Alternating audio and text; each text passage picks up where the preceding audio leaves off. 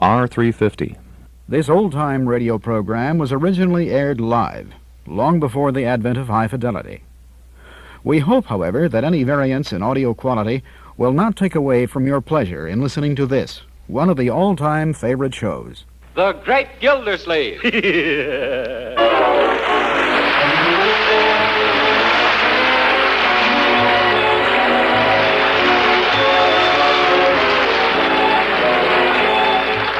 Each week at this time, from Hollywood, California, Harold Peary as the Great Gildersleeve.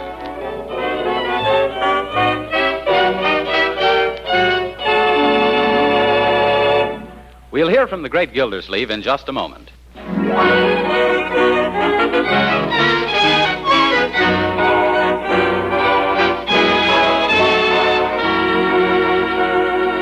And now let's join our friend, the Great Gildersleeve, who stands this morning on the threshold of a new career.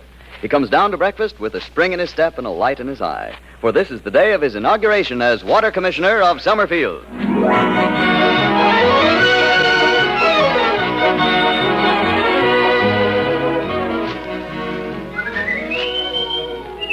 Ready now. Here he comes. And don't forget to bow. Good morning, Commissioner. Oh, good morning, slaves. Marjorie, Leroy. Good morning, one and all. Leroy, pull out the commissioner's chair for him. Sure, right this way, Commissioner.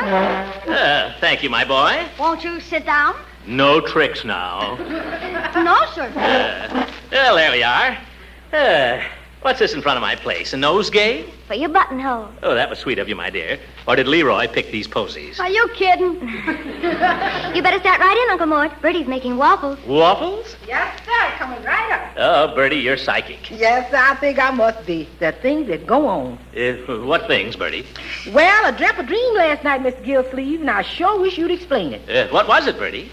Well, I dreamt there was a globe of the world, and then I saw Mr. Wilkie running around it like mad. Well, you've been reading the newspapers. Go on. And then I saw Miss Roosevelt, and she was running around the world, too. Yeah? What is it you don't understand, Bertie? Who is trying to catch who? Oh, Bertie. You better let the international situation ruin those waffles. Oh, my goodness. I spent a very interesting and profitable evening myself last night, children. How? Well, to prepare for my new post as water commissioner, I took the encyclopedia to bed with me. And do you know, I found some things in there I never even knew before. Oh, you probably just forgot them, Unc. What were you looking up, Uncle Mort? Water. Do you know, Marjorie, that 3/4 of the Earth's surface is covered with water? Really? I think you better drink your orange juice, Uncle Mort. The waffles are waiting. Yes, sir. 3/4 of the Earth's surface, water. What do you think of that? Too much water. There's no such thing as too much water. Water is very important. Did you ever stop to think, young man, where Columbus would have been without water? I don't know. Home in bed, I guess. He'd have been high and dry, and you and I wouldn't be here today. You won't get to the office today if you don't stop talking and eat, Commissioner. Oh, you're right, my dear. Bertie, if those waffles are ready, I am. Coming right up, Miss Gildersleeve. Water, yes, water is very important. People don't appreciate water. Here you are, Miss Gildersleeve. Bertie, do you know what James Watt couldn't have invented the steam engine without? No, sir. Water. Is that a fact? Absolutely. It's lucky they gave him some. You know what I think, Commissioner? I think you got water on the brain. Yes, all right, you can laugh, young man, but water is one of the most important things in the world. Now, you take Robert Fulton, invented the steamboat, 1807. Couldn't have done it without water. DeWitt Clinton, Erie Canal, 1825, water. Ponce de Leon, the Fountain of Youth, water. Balboa, the Pacific, water. The Monitor in the Merrimack, water. Bertie, bring me some more water. Uncle Mort, I don't want to change the subject. Yeah? But can we have a weenie roast today? Who's we? Me and Piggy and the gang. We're going on a hike. Well, I guess so, if it's all right with Bertie. Gee, thanks, Unc. You picked kind of a hot day for a hike, though, didn't you? Well, we didn't know it was going to be so hot. You'd never think it was the middle of October, would you? Well, we usually get one late hot spell, my dear. And by the way, speaking of heat, do you know how many days a camel can go without water? And speaking of water, Uncle Mort, do you know what time it is? Oh, my goodness, I gotta be going. I can't be late the first day on the job. Don't forget your flowers, Uncle Mort. Huh? Here, let me put them in your buttonhole. Thank you, my dear. Oh, and your tie's crooked. It is? There. And what about your handkerchief? Right in my pocket. Oh, it should stick out a little. Oh. Now, you look more like a water commissioner. Oh, thank you, my dear. Well, you're all set, I guess. Good luck. Yeah, good luck, Unc. Thank you. What is it? Have you forgotten something? No, I was just wondering. Wondering what? What on earth does a water commissioner do?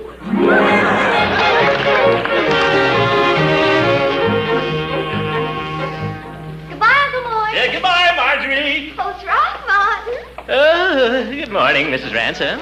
Are you leaving so early? As a matter of fact, I'm not early. I'm late. Well, I won't keep you then. I just came over to wish you success. Oh, thank you. And to bring you flour for your buttonhole. Oh, but I see you've already got one. I guess some other gal... There's always room for one more.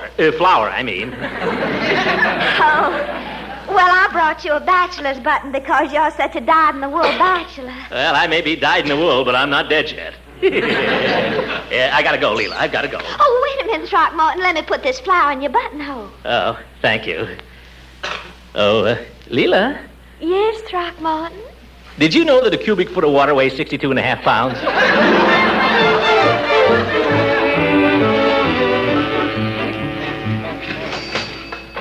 Oh, hello, Mr. Gildersleeve. Hello, Peavy. I'm in a hurry. Gotta get down to the office. I'd like some cigars. I guess we can fix you up, Mr. Gildersleeve. You want the usual, I suppose. Yes, the perfectos. I'll take 3. How have you been? Well, to tell you the truth, Mr. Gildersleeve. Not so good, eh? Well, I'll tell you what to do. You want to drink more water? More water? Yes, everybody ought to drink more water. Half the troubles of this world would be eliminated, Peavy, if people drank more water. Well, no, I wouldn't say that. It's true. You could take all those medicines you've got there and pour them down the sewer for all the good they'll do you. Water, that's the thing. You ought to drink 10 or 12 glasses of it every day. Well, no, that's a lot of water. Best thing in the world for you. I'll tell you something, Peavy. Do you know that the human body is 90% water? Is that a fact? Absolutely, 90% water. Well, then I don't see why we should drink any more. I haven't got time to argue with you, Peavy. Those are the facts. You can take them or leave them. How much is that? 30 cents? And one is 31. Have you got a penny? That darn penny. No, I haven't. I don't want to leave you with the impression that I have anything against water, Mr. Gildersleeve. I usually take some with every meal. So does Mrs. Peavy. It's all right, all right. Give me my change. I'm late now. You understand, it's just that I believe in moderation. Peavy, you'll die of moderation. Well, now, I wouldn't... Goodbye, Peavy. Goodbye, Mr. Gildersleeve.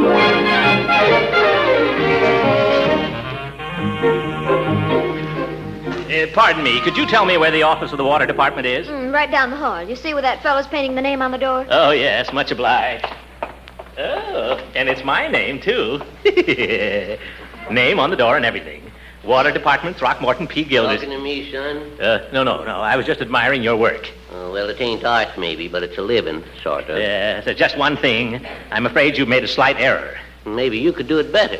Oh, no. I have no fault to find with your technique. It's the spelling.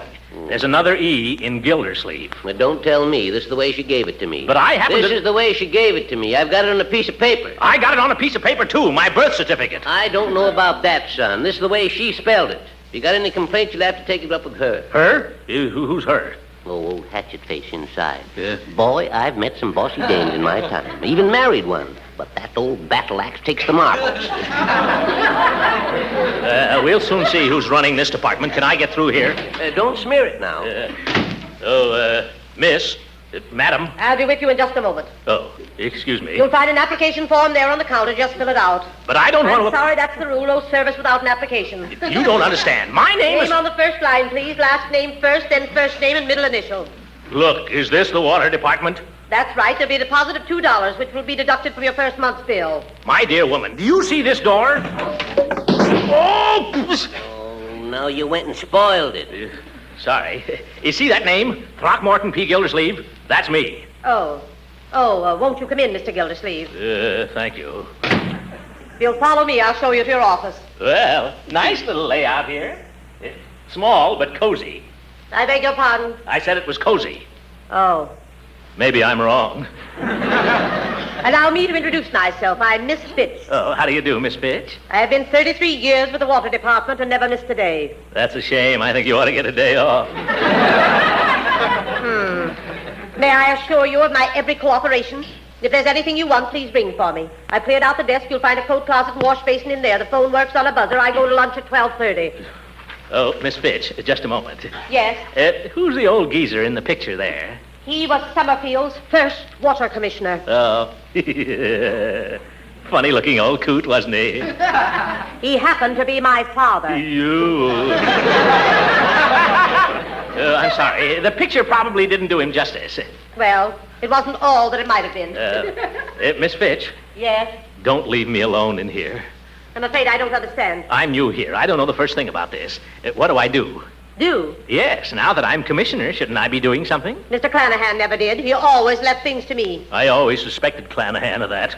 I'm sorry, Mr. Gildersleeve. If my services are not satisfactory, I shall be glad to tender my resignation. Oh, no, I didn't mean that. You're perfectly satisfactory, Miss Fitch. You're wonderful. It's just that, well, if I'm commissioner, I think I ought to be doing something. Going over the bills or something. Well, it's never been handled that way. But if you insist, I've been getting up a list of the delinquents. Delinquents? You mean people who haven't paid their bills? Yes. Oh, let's have a look at that. That ought to be fun. I'll bring it in. Thank you. Where is he? Where's Gildersleeve? Just a moment, please. Did you wish to see someone? Yes, and there he is. Gildersleeve. Hello, Judge. How did you get in? I walked in. Gildersleeve, I want an explanation. Judge, you've come to the right place. What do you want explained? We explain anything. I want to know why my water was turned off. Oh, well, we'll have to look into this. Water turned off, eh? You know darn well it was turned off. I'll have to take this up with our Miss Fitch. I'll ring for her. Sit down. I don't want to sit down. All right, stand up. I don't want to stand up. You don't have to put on this act with me, Throckmorton. I know what's back of this. It's spite, pure and simple. Now, Judge, there isn't an ounce of spite in my whole nature, and you know it. Yeah, you're just like every other small-time politician. The minute you get a little authority, you start making a petty nuisance of yourself. I'll tell you what's wrong with you, Gildersleeve. You're drunk with power. Did you want me, Mr. Gildersleeve? Oh, yes, Miss Fitch. Have you that list of people who haven't paid their bills? Yes, right here. You're sure you're not just a teensy bit delinquent, Judge? Are you accusing me of not paying my bills, Gildersleeve? There's such a thing as libel, remember? I'm not accusing you of anything, Judge. Let's look at the record.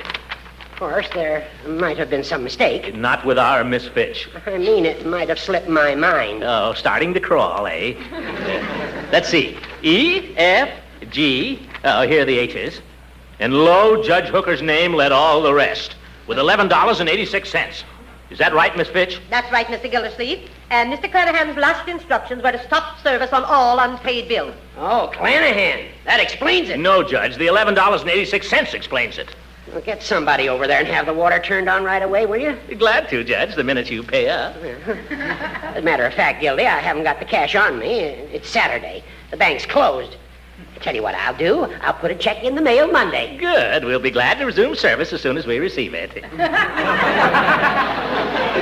You mean you're going to let me go without water all weekend? Sorry, Judge. It's got to be on the line. But you know my credit's good, Gildy. It was an oversight. I'm sorry, Judge, but this is a public office, and I propose to discharge it without fear or favor, especially where you're concerned. All right, Gildy. I won't forget this. The man is drunk with power. The old goat. I guess that'll teach him a lesson. Did you mean what you said, Mr. Gildersleeve, about no favors for anyone? Of course I meant it, absolutely. If they don't pay up, shut off their water. Why? Because, well, have you looked at that list under the G's? Under the G's? Under the G's. Oh, my goodness, Gildersleeve.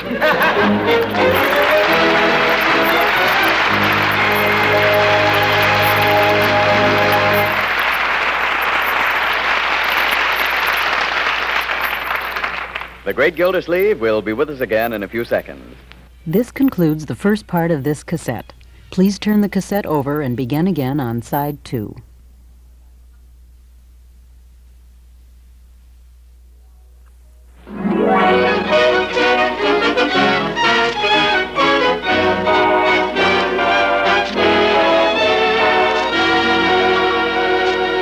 And now let's get back to the great Gildersleeve. After a light lunch at the Idle Hour Tea Shop, he returns to the town hall ready to pitch in for a good afternoon's work. Well, don't you take Saturday afternoons off, Miss Fitch? Not when there's work to be done. That's the spirit I like to see. By George, I think you and I are going to get along. I'm glad you think so. You know, I was thinking during lunch, Miss Fitch, there's a lot of changes that ought to be made around here. They seem to have been started already. What do you mean? There are some people in your office. People? Women. Women? 2 of them. 2? They walked right in. They said they knew you. Well, I can't imagine. I don't know any women, do I? How about putting the desk over here? Well, how about kitty corner facing the door? What is this? Let's try it. Oh, Oh, Uncle Mort, help us move the desk, will you? Yes, you're so strong. We could hardly budge it. Well, wait a minute. What's going on here? We're going to fix up your office for you, Uncle Mort. We've got it all planned. Yes, it needs a woman's touch, Throckmorton. It really does. Now, you take that portrait there. That's simply got to go. I mean, it's too ridiculous. Quiet. It's her father out there. No, my dear, if that portrait goes, I go. I'm not kidding. She'd throw me right out.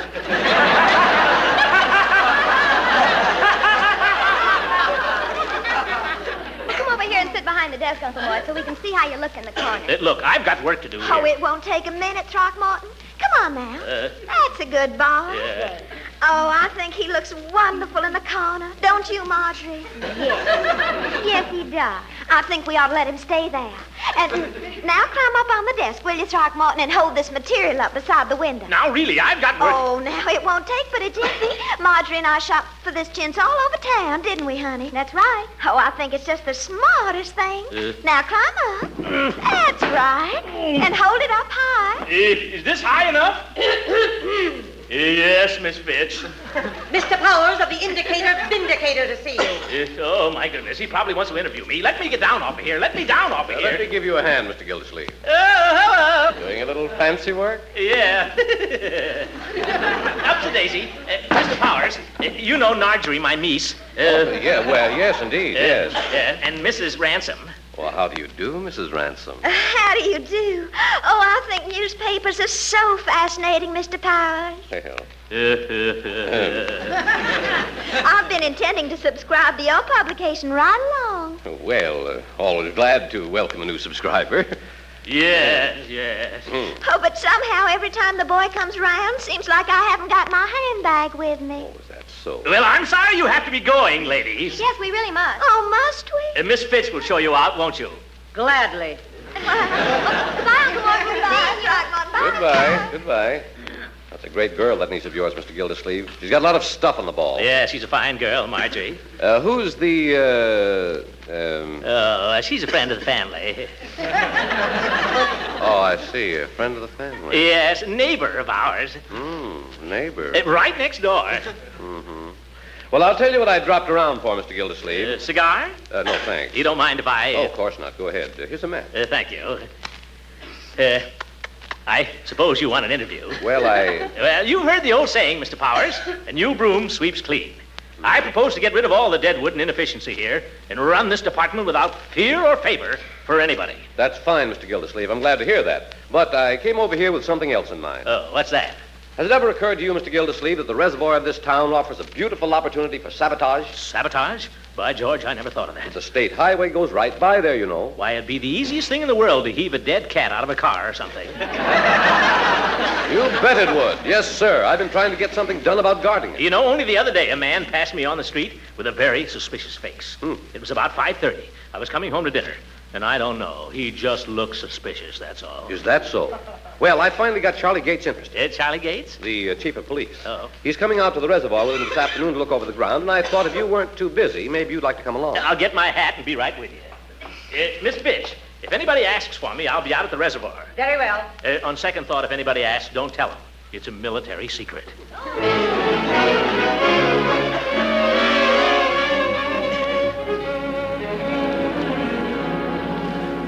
You see how easy it would be, Chief? Up around the next bend here, the road isn't 20 feet from the reservoir. I know that. You don't have to tell me that.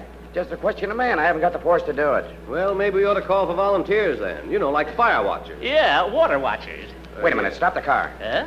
Why, what's up? There's somebody down there right now. What?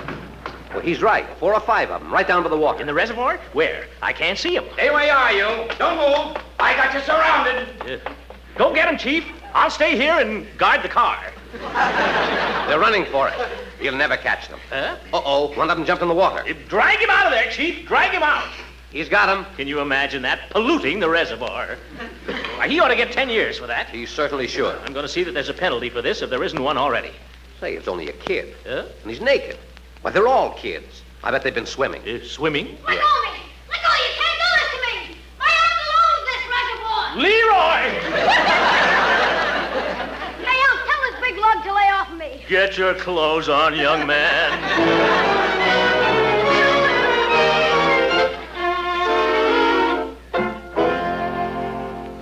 Uncle Mort, me in jail? Will they, huh? Will they? You're in jail, young man. This is the police station. This is what is known as the clink. I know, but will they lock me up? I can't say. The chief himself doesn't know yet. He's gone to look up the law. But you deserve to be locked up. Oh, gee, it wasn't my fault, Unc. They dared me to, the other kids. They said I was scared. That's no excuse, and you know it. Yeah, I know it. People drink that water. Do you realize that? Do you? Yeah? Well, why'd you do it then? Guess I just didn't think. I guess you didn't. You ought to know better than to go into the water at this time of the year anyway. It's a wonder you didn't freeze. I did. That's why they dared me. Well, dare or no dare, young man, this is a very serious offense. It's terrible. I just don't see how you could do such a thing to me. My first day in office, too. What'll people think? My own nephew. What'll the newspaper say?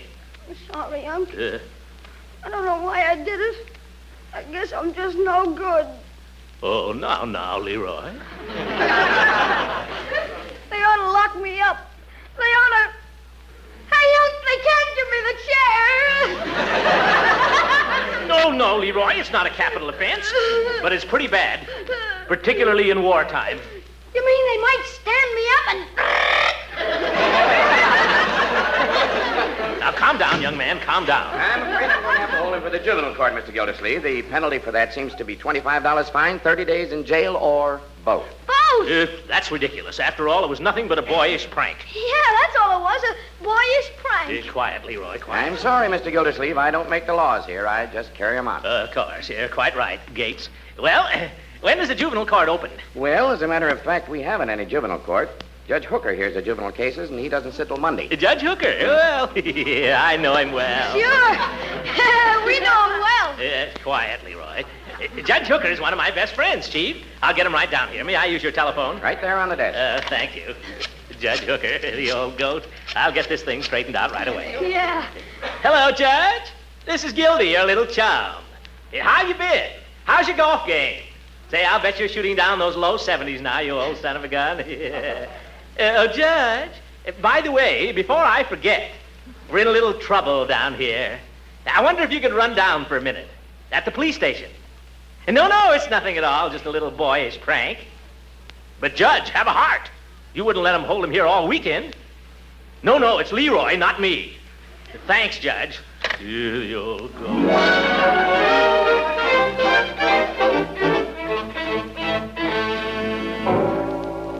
I object. The court is prejudiced. Quiet. Turning off the court's water has nothing whatever to do with this case. Nothing has been said about turning off the court's water. No, but I know what you're thinking. And let me say this, Judge. I propose to conduct my office without fear or favor. I ask no favors, and I give none. Hey, Unc, take it easy. Be quiet. I shall be pleased to have the court's water turned on. Again, as soon as the court pays the $11.86 it owes, and not before. Is the gentleman quite through? Quite. I should like to point out in the first place that the court is not on trial here. Young man, you plead guilty, do you not? Yes, Judge. I mean, Your Honor. The evidence is quite clear. In this case, as in so many others that come before this court, the fault lies not at the door of this innocent minor, but with those entrusted with his upbringing. Why, you... Quiet. It is hardly to be expected that a child of his tender years, brought up in such a deplorable environment, could escape entirely unscathed. Oh, you old goat, that's libel. Quiet. Yes. You, the circumstances, young man. I fine you $25 in costs. What? However, I will suspend the sentence on the fine. Well, that's big of you, Judge. But not on the costs. Costs? What's that? My time and inconvenience in coming down here. What does that amount to? Exactly $11.86. Take it and turn on my water. Oh!